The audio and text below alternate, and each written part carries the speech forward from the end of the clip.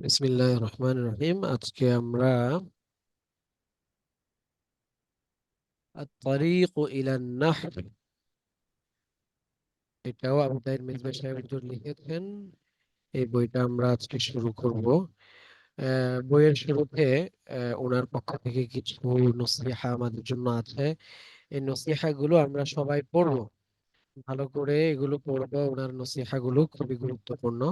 কিভাবে আমরা বইটা পড়বো বা কি, এগুলো আমরা সবাই পড়ে নিব। আমরা এই বইটা পড়ার ক্ষেত্রে বেশি সময় নেব না, খুব স্বল্প সময়ে আমরা এই বইটা শেষ করে ফেলবো, অল্প কয়েকটা ক্লাসের মাধ্যমে। ঠিক আছে? আপনারা এখানে সবাই বুঝছেন। এখানে শুধু আমি একটু বুঝিয়ে দিব যেটা না বুঝেন, আর বাকিগুলো সব আপনাদের কাজ হচ্ছে এগুলো মুখস্থ করা। যা যা পড়া হবে নাহর কায়দা কানুন গুলো মুখস্থ করা।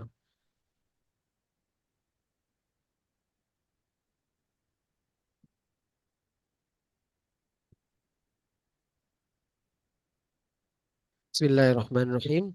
দেখেন, আদ-দরসুল আউয়াল, প্রথম পাঠ। আদ-দরসুল আউয়াল প্রথম পাঠ, আরবি ব্যাকরণের দুই ভাগ। আচ্ছা, শুনতেছেন আমার কথা আপনারা? জি, শুনতেছি। ওকে। আদ-দরসুল আউয়াল, আরবি ব্যাকরণের দুই ভাগ। আরবি ভাষার ব্যাকরণ বা নিয়মাবলী দুই ভাগে বিভক্ত। এক নাম্বার, প্রথম ভাগে আহ দুই ভাগ। একটা হচ্ছে আমরা সবাই জানি সরফ এবং কি, নাহু। নাহু। সরফ এবং নাহু। সরফ এবং কি, নাহু।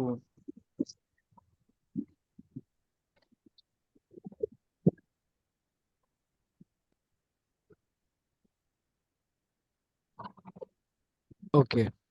তাহলে আজকে আমরা এই যে দেখেন, সরফ এবং নাহু, এই বইয়ে আমরা আরবি ভাষার ব্যাকরণ বা নিয়মাবলীর দ্বিতীয় ভাগ নাহুটা পড়বো। ঠিক আছে?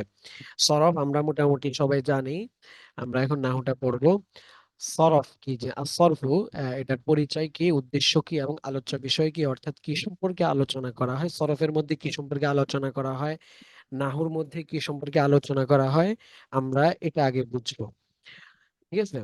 এরপরে দেখেন, আহ তদ্রূপ নাহু এর পরিচয় কি, উদ্দেশ্য কি, আলোচ্য বিষয় কি, প্রথমে এই কথাটি আমরা জেনে নেব ইনশাল্লাহ।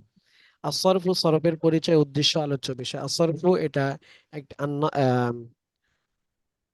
কি লিখেছে এটা, আন-নসরু একটি মাসদার। আন-নসরু কি, একটি মাসদার। মাসদার।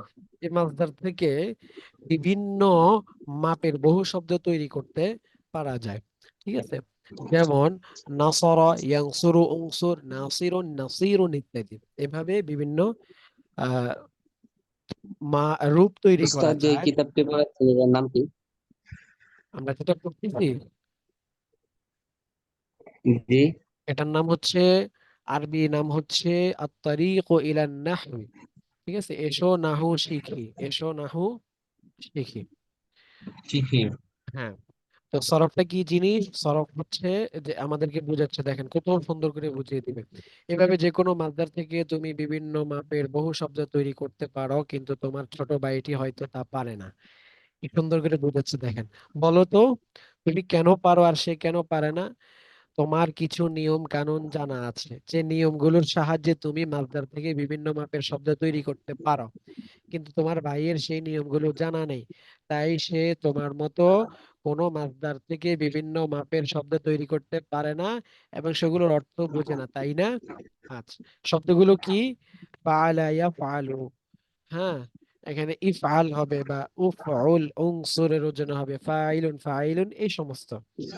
আর আবার দেখো, আল কওলু বাবে নাফারা ইয়ানসুর একটি মাসদার।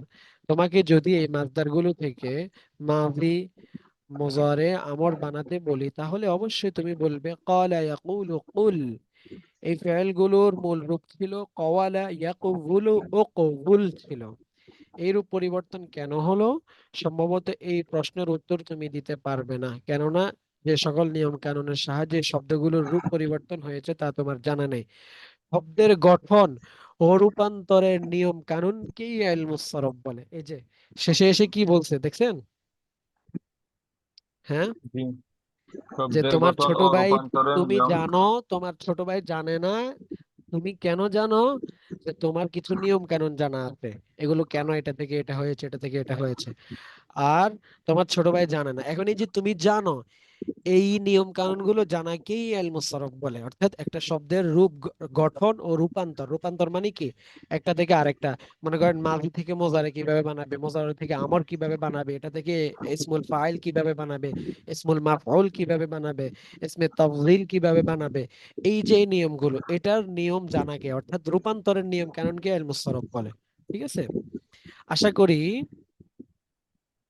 আশা করি এবার তুমি সহজেই বুঝতে পারছো ইলমুস সরফের উদ্দেশ্য হচ্ছে শব্দের গঠন ও রূপান্তরের ক্ষেত্রে ভুল ভ্রান্তি থেকে রক্ষা করা, আর শব্দের রূপ ও কাঠামো সম্পর্কে শুধু ইলমুস সরফকে আলোচনা করা।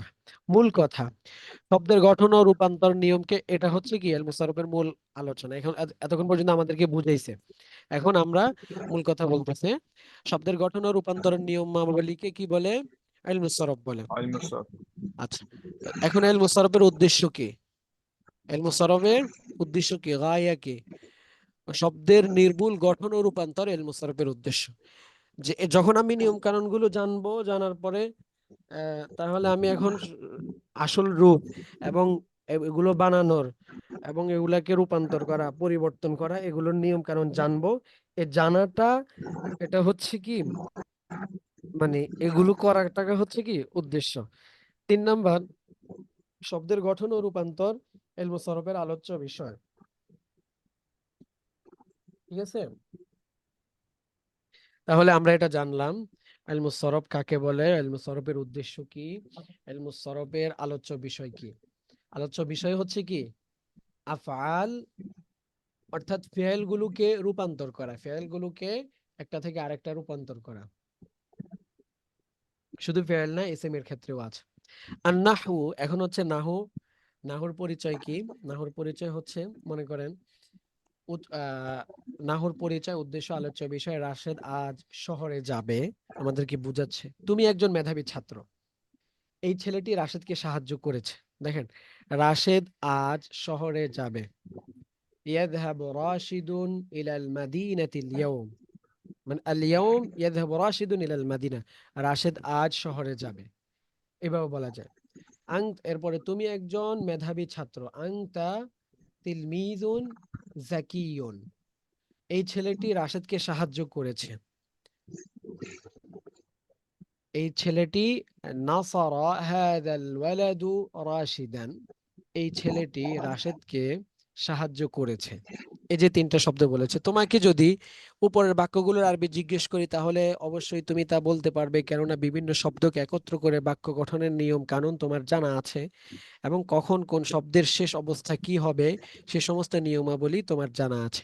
অথচ তোমার ছোট ভাইটি উপরের বাক্যগুলোর আরবি বলতে পারবে না, কেননা বিভিন্ন শব্দকে যুক্ত ও বিন্যস্ত করার নিয়ম তার জানা নেই। বিভিন্ন শব্দকে যুক্ত ও বিন্যস্ত করার নিয়ম কানুনে ইলমে নাহু। সহজ না কথা? হুম, জি। জি বিভিন্ন শব্দকে যুক্ত এবং বিন্যস্ত, বিন্যস্ত করা মানে কি সাজানো। আগে ফেল আসবে নাকি ফাইল আসবে নাকি মাফউল আসবে, ফেল কোথায় বসবে, মাফউল কোথায় বসবে, হরফুল জার কোথায় বসবে, ঠিক আছে, এরপরে দরফ কোথায় বসবে, এই যে এগুলোকে একটার সাথে আরেকটাকে যুক্ত করা এবং এগুলাকে বিন্যস্ত করা, সাজানো, বসানো, এটা কি ইলমে নাহু বলে। আশা করি এবার তুমি সহজে ইলমে নাহুর উদ্দেশ্য বুঝতে পার। তাহলে আমরা ইলমে নাহুর অলরেডি অনেক কায়দা কি জানি, কারণ আমরা এসব শব্দ তৈরি করতে পারি, ঠিক না? অর্থাৎ বাক্য গঠনের ভুল ভ্রান্তি থেকে রক্ষাই হচ্ছে ইলমে নাহুর উদ্দেশ্য। ইলমে নাহুর উদ্দেশ্য কি, যে বাক্য গঠনের ক্ষেত্রে ভুল ভ্রান্তি থেকে, যে বাক্যটা হবে এভাবে, আমি লিখতেছি এভাবে, তো এই যে ভুল, এই ভুল কখন আমি শুধরাবো, সঠিকভাবে লিখতে পারবো, যখন আমি এই ইলমে নাহু পড়বো। একথাও নিশ্চয় বুঝতে পেরেছো যে বাক্য এবং বাক্যস্থ শব্দগুলোর শেষ অবস্থা ইলমে নাহুর আলোচ্য বিষয়। বাক্য এবং বাক্যের শেষ অবস্থা, শেষ অবস্থাটা হচ্ছে ইলমে নাহুর আলোচ্য বিষয়, যে এখানে কি বসবে, জবর বসবে নাকি জের বসবে, মানে রফা বসবে নাকি নসব বসবে নাকি জর বসবে, এটা কি মারফুয়ের হালতে আছে নাকি মাজরুরের হালতে আছে নাকি মানসুবের হালতে আছে। বিভিন্ন এখন মূল কথা বলতেছে, বিভিন্ন শব্দ যুক্ত করে, এই যে মূল কথাগুলো মুখস্থ করতে হবে, ঠিক আছে, এগুলো আমি শুনবো। মূল কথা, ইলমে নাহু কাকে বলে? বিভিন্ন শব্দকে যুক্ত ও বিন্যস্ত করার নিয়মাবলীকে ইলমে নাহু বলে। এটা হচ্ছে ইলমে নাহুর কি তারিফ। 2 নাম্বার, উদ্দেশ্য কি? নির্ভুল বাক্য গঠন ইলমে নাহউর উদ্দেশ্য। আর ইলমে নাহউর আলোচ্য বিষয় কি? বাক্য এবং বাক্যস্থ শব্দের শেষ অবস্থা। বাক্য এবং বাক্যের যে শেষ অবস্থা, এটাকে ইলমে নাহউর আলোচ্য বিষয়। তাহলে আমরা দুইটা মূল কথা পাইলাম, একটা হচ্ছে ইলমে সরফের আর একটা হচ্ছে ইলমুন নাহউ। এই দুইটার মূল কথা মুখস্থ করতে হবে। এখন বলতেছে শূন্যস্থান পূরণ করো। ক এর গঠন ও রূপান্তরকে, আচ্ছা ক, সরফের ইলমুস সরফের আচ্ছা গঠন ও রূপান্তরের রূপান্তরের নিয়মাবলী। কে ইলমুস সরফ বলে। হুম, এই যে এগুলো আর কি, এটা কখন পারবেন? যখন এগুলো মুখস্থ করবেন। কি? শব্দের গঠন, এখানে কি হবে? শব্দের গঠন ও রূপান্তরের নিয়মাবলীকে ইলমুস সরফ বলে। এরপরে শব্দকে ও আহ যুক্ত ও কি যেন? কি? গঠন করার নিয়মাবলীতে গঠন না, কি যেন একই ছিল। শব্দকে যুক্ত ও যুক্ত না, শব্দকে কি? রূপান্তর, শব্দকে নির্ভুল রূপান্তর, গঠন ও শব্দ রূপান্তর। গঠন ও রূপান্তর করার, শব্দকে গঠন ও রূপান্তর করার নিয়মাবলীকে ইলমুস সরফ বলে। এরপর হচ্ছে নির্ভুল গঠন এবং রূপান্তর। নির্ভুল গঠন এবং রূপান্তরই হচ্ছে ইলমুস সরফের উদ্দেশ্য। শেষে এরপরে কি? শব্দের গঠনের ক্ষেত্রে ভুল থেকে রক্ষা করা ইলমুস সরফের উদ্দেশ্য। ঠিক আছে? ভাষার নিয়মাবলীকে কি বলে? আরবি ভাষার নিয়মাবলীকে, কানুনকে কি বলে? আরবি ভাষার ব্যাকরণ কয় ভাগ ও কি কি? ব্যাকরণ কাকে বলে? হুম, এরপরে ভাষার নিয়ম কানুনকে কি বলে? গ্রামার যেটা, এটাকে ইলমুন নাহু, ইলমুস সরফ। এই যে উপরে যে পড়াগুলো গেছে ওইখান থেকে এই শব্দগুলো ইয়েগুলো দেখে নেবেন। এরপর হচ্ছে কি? আরবি ভাষার নিয়ম কানুনকে কি বলে? আরবি ভাষার ব্যাকরণ কয় ভাগ ও কি কি? ঠিক আছে? শব্দের গঠন ও রূপান্তর নিয়মাবলী কি? যে নিয়মাবলীর সাহায্যে শব্দের গঠন ও রূপান্তর জানা যায় তাকে কি বলে? এই যে এগুলো হচ্ছে আমাদেরকে অনুশীলনী করাচ্ছে। বাকি আমাদের মূল পয়েন্টগুলো আমরা পড়বো। ঠিক আছে? যে আমরা মুখস্থ করব যে মূল কথা যেটা, প্রত্যেকটা এখানে পাঠের শেষের দিকে মূল কথা আসবে, ওই মূল কথাটা আমরা মুখস্থ করব। আত-তারিক ইলা নাহু, ইলমুস সরফ কাকে বলে, ইলমুস সরফের পরিচয়, ইলমুন নাহু এর পরিচয়, আবারও এগুলো দিছে অনেক, দেখেন। তাহলে আমরা এটা বুঝলাম। এরপর আদ-দরসুস সানিতে দেখেন, এগুলো সব প্রশ্ন, বুঝছেন? আমরা যখন ওইটা মুখস্থ করব তখন আমাদেরকে এই অনুশীলনী গুলো করায় উনি এভাবে, যাতে তাড়াতাড়ি করে মুখস্থ হয়ে যায়। আদ-দরসুস সানি, লফজ ও তার প্রকার। সর্বপ্রথম আমাদের আলোচনা দেখেন, লফজ। লফজ কি? লফজ হচ্ছে আমরা যাই উচ্চারণ করি না কেন সেটা কি? লফজ। আমরা যাই উচ্চারণ করি না কেন সবকিছুই কি? লফজ। তো লফজ প্রথমে দুই প্রকার, একটা হচ্ছে মাউদু আর একটা হচ্ছে মুহমাল। মুহমাল। মানে মানুষের মুখ থেকে যাই উচ্চারণ হয় সেটাকে লফজ বলে। একটা হচ্ছে মাউদু আর একটা হচ্ছে মুহমাল। মাউদু মানে কি? যেটা অর্থ বহন করে, তার একটা অর্থ থাকে। মুহমাল মানে কি? যেটা নিরর্থক, তার কোনো অর্থ নেই। যেমন আমরা বলি কলম টলম। তো কলম, এটা হচ্ছে কি? মাউদু। আর টলম, এটার কোনো অর্থ নাই, এটা কি? কিন্তু কলমের অর্থ নেই। ঠিক আছে? তাহলে তো বুঝছেন এখন মুহমাল। হুম। তো লফজ কি দেখেন, আলিফ কিতাবুন কলামুন খালিদুন নাউমুন, বা আল্লাহু ওয়াহিদুন, আল কিতাবু জামিলুন, আনা তিলমিজুন রাশিদুন তাজিরুন। এগুলোর সবগুলোর অর্থ আমরা জানি। জিম, কিতাবু খালিদিন, এখানে আমাদেরকে আগে ইঙ্গিত দিচ্ছে। ঠিক আছে? এগুলো কি হবে? মুফরাদ হবে। আমরা সামনে এগুলো পড়বো। আল্লাহু ওয়াহিদুন, এটা এই মুরাক্কাব, ওমর, সাথে সাথে এটা ওই লাইট অফ কর, ওইটা ওইটা দুইটা খবরও লাইট হবে। অফ ঠিক কর। আছে? জুমলা খবরিয়া হবে। কিতাবু খালিদিন মুযাফ মুযাফ ইলাইহি। এরপরে কিতাবুন জামিলুন মাউসুফ সিফাত। এগুলো আমরা সব পড়বো সামনে। চাচা ওই লাইট ওইটা আলোচনা অফ করে দেন, প্রথমেই ওই এর মনে পরে রাখতে হবে, যে এটা বলে রাখি জ্বলছে যে না, ওইটা অফ মানুষের করে মুখ দেন। থেকে যে ধ্বনি বের হয় এবং এর কোনো এই অর্থ লাইট এটা বোঝায় অফ করে তাকে দিয়ে দেখেন লফজ তো, বলে। দেখবেন দেখ কিরকম হয়, এটা আমরা বাড়ি কিরকম বলেছি। দেখা যায়। লাইট এইটা অফ করে কিন্তু লাইট উপরের এই কথাগুলো, হয়, এই তো ভালো দেখা যাচ্ছে। ভাইয়া আমাদের ক্লাসগুলো রেকর্ড হয়। ঠিক আছে? তো যার কারণে আপনারা যখন কথা বলবেন তখন একটু মিউট করবেন। প্রথমেই তোমাকে বলে রাখি, মানুষের মুখ থেকে যে ধ্বনি বের হয় এবং কোন অর্থ বোঝায় তাকেই লফজ বলে। অর্থ মানে, আচ্ছা এখানে লফজকে এক প্রকারে নিয়ে আসছে উনি আর কি। উপরের কথাগুলো লফজ, এই যে উপরে যা বলা হয়েছে এগুলো সবগুলোই লফজ, কেননা এগুলো মানুষের মুখ থেকে উচ্চারিত অর্থপূর্ণ ধ্বনি। মানুষ, এই যে কিতাবুন বললে একটা অর্থ বোঝায়, কলামুন বললে একটা অর্থ বোঝায়, আল্লাহ ওয়াহিদুন বললে একটা অর্থ বোঝায়। তো এটা হচ্ছে মানুষের মুখ থেকে বের হওয়া অর্থপূর্ণ একটা আওয়াজ, এটাকে লফজ বলে। এখন বলতেছে প্রথমে আলিফ থেকে কিতাবুন লফজটি উচ্চারণ করো ও অর্থ বলো। কিতাবুন মানে একটি বই। এবার লফজটিকে বিভক্ত করো।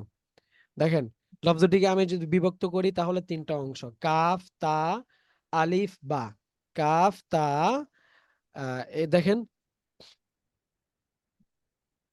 এখানে তিনটা কেন দেখাইলো, আচ্ছা যাই হোক চারটা। এখন কি অংশ দুটি কোনো অর্থ প্রকাশ করছে না করছে? মনে করেন আমি যদি তা বলি, তা বা, অথবা আপনি এখানে দুই ভাগ করছে উনি কি, কিতাবুন, কিতাবুন তো কি একটা অর্থ, তাবুন একটা, মানে এটাকে দুই ভাগ করা হয়েছে। লফজটা হচ্ছে কি, যেটাকে ভাগ করা যায় না, লফজটা কি, যেটাকে কি করা যায় না, ভাগ করা ভাগ যায় না। করা যায় না। বাকি লফজ তো আবার লফজ দুই প্রকার, মুফরাদ মুরাক্কাব। তো এখন আমাদেরকে এটা বুঝাবে, যেটা ভাগ করা যায় না ওইটাকে মুফরাদ বলে, যেটা ভাগ করা যায় না ওইটাকে কি বলে, মুফরাদ বলে। মানে ভাগ করলে আর কোনো অর্থ প্রকাশ করে না। এখন মনে করেন কিতাবুন, এটাকে আমি যদি দুই ভাগ করি, কি তাবুন, এ দুটি অংশ কোনো অর্থ প্রকাশ করছে না করছে না? এবার আপনি দেখেন আল্লাহু ওয়াহিদুন লফজটি উচ্চারণ করো এবং অর্থ বলো। এবার লফজটিকে দুই ভাগে ভাগ করো, উভয় অংশ অর্থ প্রকাশ করছে। আল্লাহু একটা অর্থ প্রকাশ করে, ওয়াহিদুন একটা অর্থ প্রকাশ করে, মানে এক। অর্থাৎ উভয় অংশ যুক্ত অবস্থায় এবং আলাদা অবস্থায় অর্থ প্রকাশ করে। এটা হচ্ছে দুই নম্বরে। কোন কোন নম্বরে? দুই নম্বরে। এটা কি প্রথমটা কিন্তু শুধুমাত্র যুক্ত অবস্থায় কি করে, অর্থ প্রকাশ করে। যখন এটাকে আমি ভাগ করব তখন এটা কোনো অর্থ প্রকাশ করে না। দুই নম্বরে আল্লাহু ওয়াহিদুন, এটাকে আমি আহ, যুক্ত অবস্থায় বলেন এবং এটাকে ভাগ করা অবস্থায়, উভয় অবস্থায় সে একটা অর্থ প্রকাশ করে। এরপরে জিমের মধ্যে দেখেন কিতাব ও খালিদিন, এই লফজটি উচ্চারণ করা অর্থ বলে। এবার লফজটিকে দুই ভাগে ভাগ করো, দেখবে উভয় অংশ অর্থ প্রকাশ করছে। খালিদুন এক ব্যক্তিকে বোঝাচ্ছে আর কিতাবুন একটি বস্তুকে বোঝাচ্ছে। অর্থাৎ উভয় অংশ যুক্তভাবে এবং আলাদাভাবে অর্থ প্রকাশ করে। দেখেন, এই আল্লাহু মানে এক বুঝাইছে, ওয়াহিদুন মানে আল্লাহ মানে এক, আর ওয়াহিদুন মানে, সরি, আল্লাহ মানে তো আল্লাহ, ওয়াহিদুন মানে হচ্ছে এক, ঠিক না?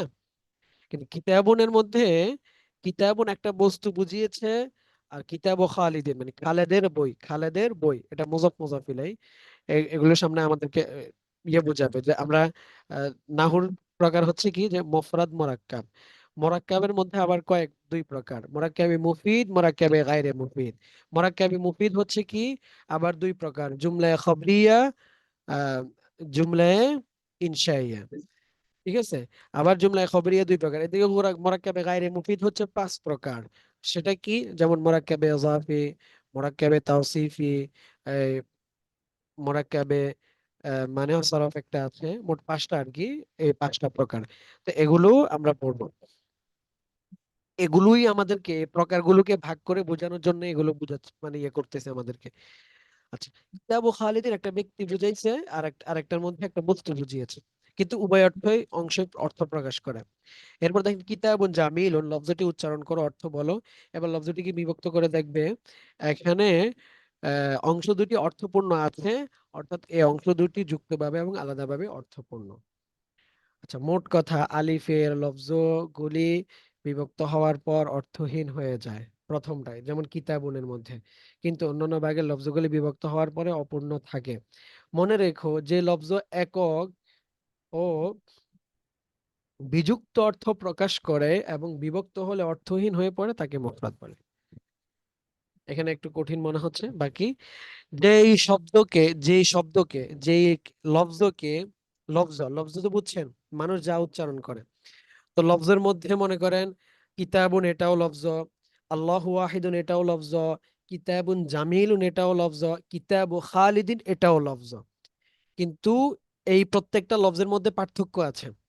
প্রথমটার মধ্যে যদি আমি ভাগ করি তাহলে অর্থ আর পাওয়া যায় না। যেমন কিতাবুনকে আমি দুই ভাগ করলে কি তাবুন, কোনো অর্থ প্রকাশ করে না। যার কারণে যেটাকে ভাগ করলে কোনো অর্থ পাওয়া যায় না এটাকে মুফরাদ বলে। এটাকে কি বলে? মুফরাদ বা কালিমা বলে। আবার এখানে আমরা মুফরাদ পাবো তিন প্রকার, সামনে আসবে। আচ্ছা, 2 নাম্বার, যেই লফজ যুক্ত অর্থ প্রকাশ করে এবং বিভক্ত হয়েও অর্থ থাকে তাকে মোরাক্কাব বলে। কি বলে? মোরাক্কাব বলে। দুইটা মুফরাদ যুক্ত হয়ে যেই সংযুক্তি হয় সেটাকে মোরাক্কাব বলে।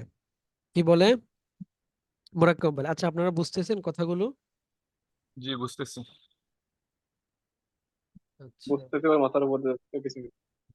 কি মাথার উপর দিয়ে যাচ্ছে? কিছু কিছু যাচ্ছে।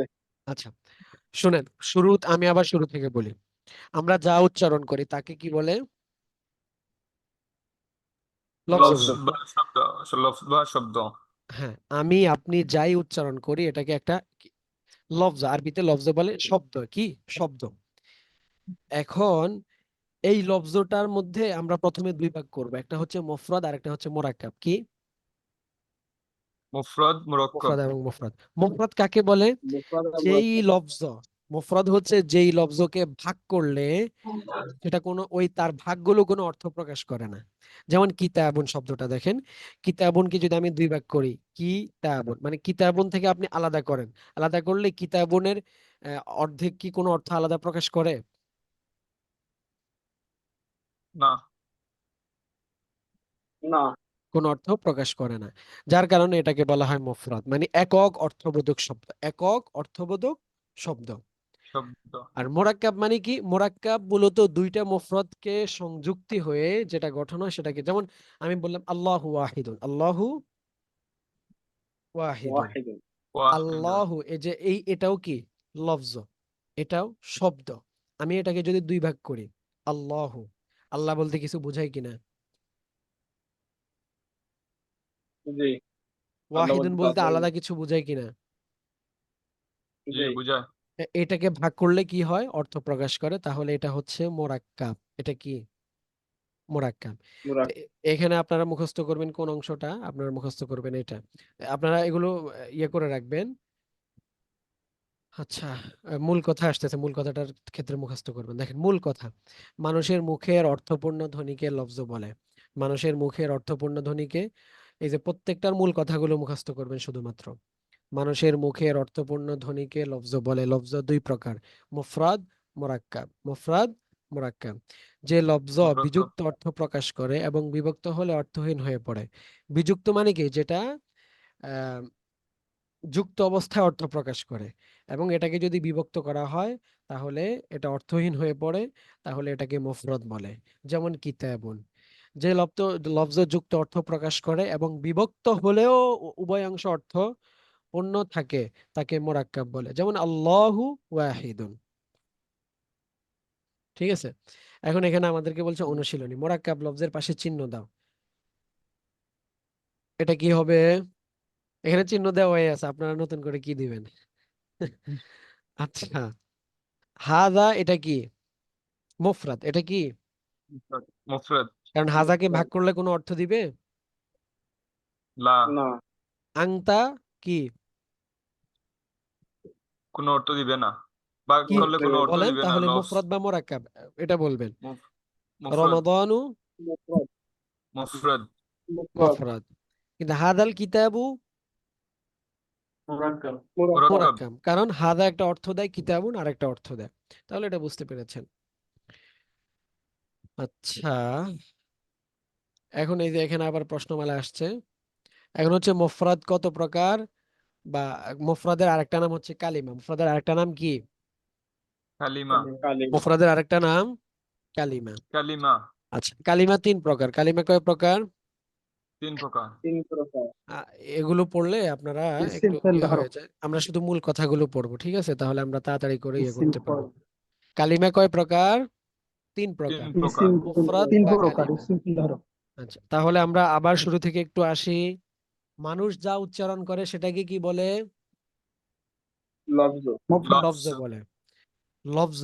লফজ কয় প্রকার? দুই দুই প্রকার। প্রকার। দুই প্রকার। কি কি? মুফরাদ মুরাক্কাব। মুহমাল আর মুফরাদ মওদু আর মুরাক্কাব। মুহমাল। মৌজু বাদ দেন, মৌজু মুহমাল বাদ দেন, ওইটা আমাদের, আমরা ডাইরেক্ট এটাতে চলে আসবো। লফজ মানুষ যা উচ্চারণ করে সেটাকে লফজ বলে। লফজ কয় প্রকার? দুই দুই প্রকার। প্রকার।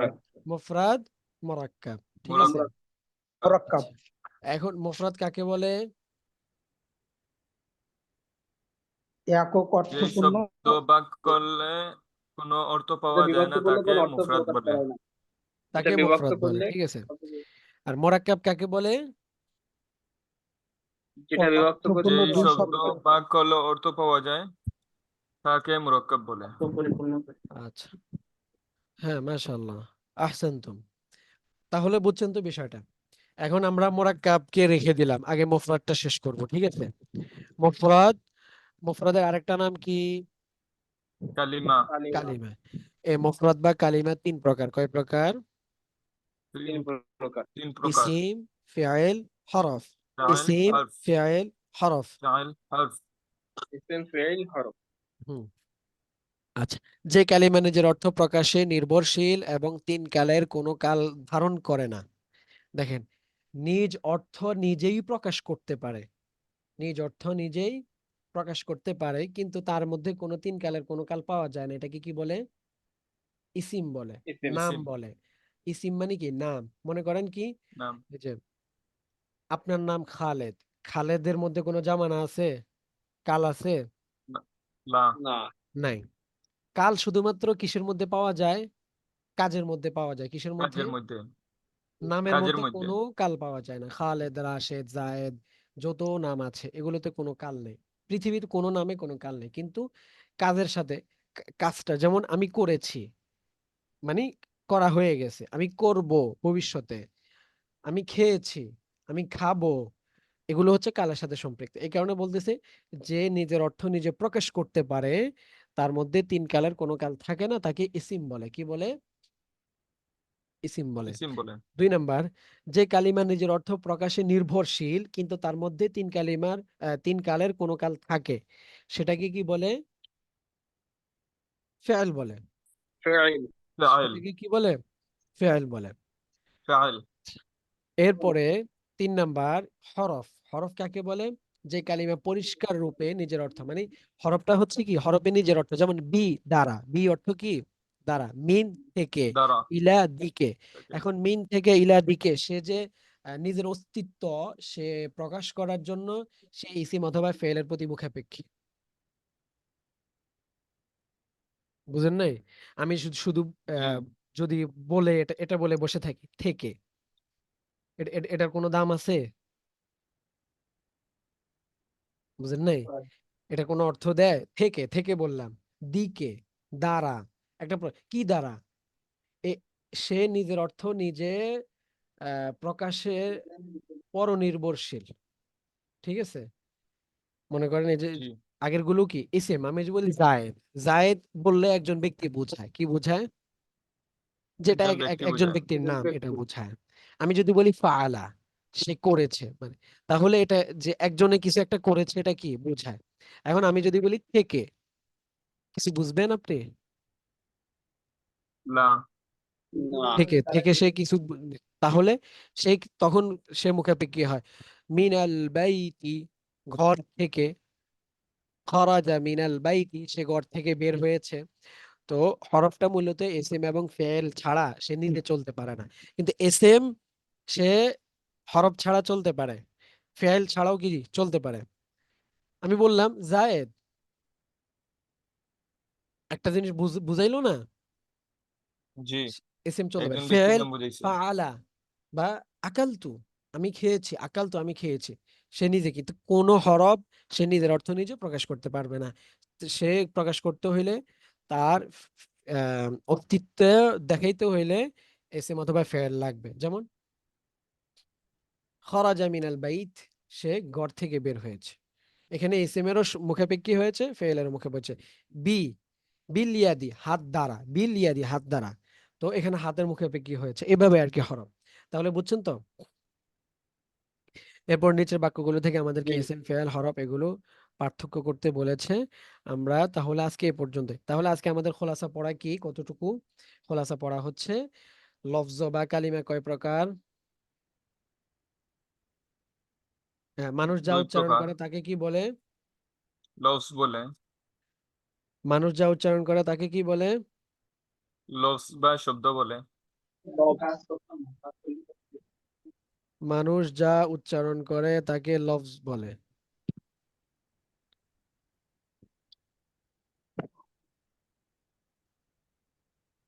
আচ্ছা, এরপরে লফজ কয় প্রকার? দুই প্রকার। দুই প্রকার। মোরাক্কাব, মুফরাদ, মোরাক্কাব। মুফরাদ। মুরাক্কাব। মুফরাদের অপর নাম কি? কালিমা। কালিমা। কালেমা। আচ্ছা, এরপরে হচ্ছে কালিমা কয় প্রকার? তিন তিন প্রকার। প্রকার। তিন প্রকার। কি কি? ইসিম, ইসিম, ফেআল, ফেআল, হরফ। হরফ। ইসিম, ফেল, হরফ। এই এই তারিফগুলো আপনারা শিখবেন। তাহলে আমাদের প্রথম ছিল ইলমুস সরফ কাকে বলে, তার উদ্দেশ্য কি, ইলমুন নাহু কাকে বলে, তার উদ্দেশ্য কি, তারিফ। আর লফজ কাকে বলে, লফজ কয় প্রকার, লফজ দুই প্রকার, মুফরাদ মুরাক্কাব। মুফরাদ কাকে বলে, মুরাক্কাব কাকে বলে, মুফরাদ আবার মুফরাদের অপর নাম কালিমা। মুফরাদ বা কালিমা তিন প্রকার, ইসিম, ফেল, হরফ। ইসিম কাকে বলে, ফেল কাকে বলে, হরফ কাকে বলে। এতটুকু হচ্ছে পড়া, এটা শিখে আসবেন, ঠিক আছে? জি, ইনশাআল্লাহ। ওকে, ইনশাআল্লাহ। ইনশাআল্লাহ। সবাইকে জাযাকুমুল্লাহ খাইরান। আসসালামু আলাইকুম ওয়া রাহমাতুল্লাহ। ওয়ালাইকুম আসসালাম।